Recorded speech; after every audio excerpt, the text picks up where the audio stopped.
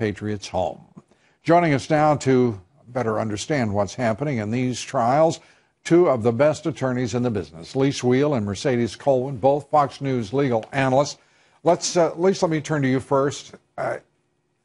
Acknowledging now that he actually witnessed, right, to change everything all during this trial. I've never heard of that before. No, it's very strange, and it's even more strange because in Massachusetts they have what they call a joint venture theory in murders, which means if you're in a joint venture together, even if you're not the trigger person, but you assisted the other person, you're still guilty of murder. You're the killer. So to put them at the scene is incredible to me.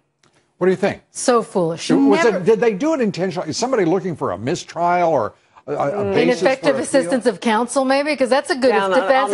That's what Skakel said, and somehow he got off, and he's going to have a new trial if they decide to prosecute again. But frankly, what you do as a trial lawyer, we're both trial lawyers, you start with your theory, you introduce it to the jury, and you close with that theory at the closing. You don't start changing your theories at the very end. It can really confuse a jury, and the jury's going to say, don't do a sleight of hand. We want to know what's going on. Is there anything in this trial? I mean, the man looks guilty as sin by every account that I have read. A lot of circumstantial evidence. They had video surveillance following him in this rented car. They had 2 DNA deposits, one on a piece of gum that he shared with the victim, and also on a joint, a marijuana joint that they were sharing. Now, of course, the defense said, well, they were friends, they were almost brother-in-laws, so of course that could happen.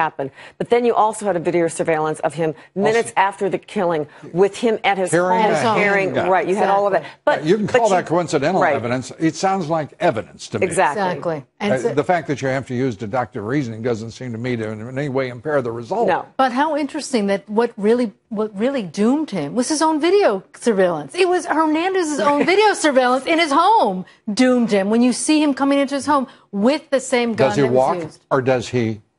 Conviction. I think a conviction. Absolutely. Which is probably why that the attorneys came in and said, let's just change this theory because we're losing. Let's just change the theory, introduce it in the closing, somehow maybe get confuse the jury. In Massachusetts, I don't understand why that helped him, because if you just put him there at the scene, I think we can safely conclude right now that it was stupid lawyering. Yes. Is that they didn't read the law. We wouldn't have done that. We would never have done that, Lou.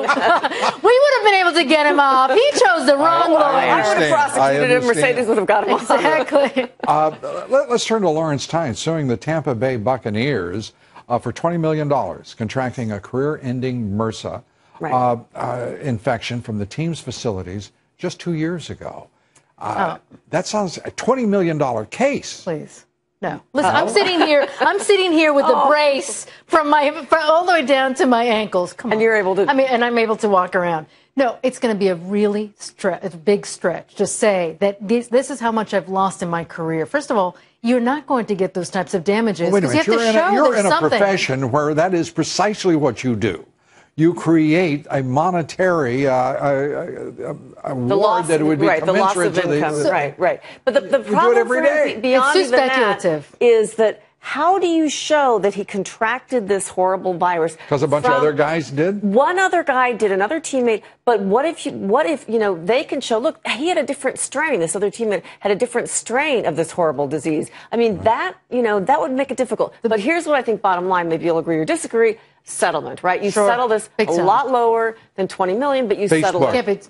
A woman being permitted to send out divorce papers over Facebook.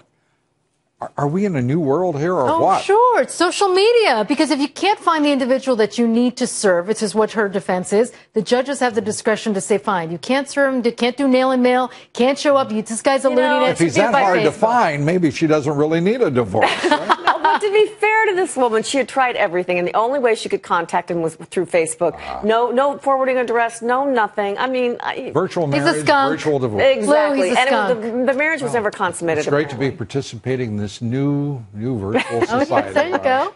So we virtually say goodbye. Thank you. No, you got to do the real thing. The real thing. Bye. Ladies, thanks so much. Thank you, ladies. Be sure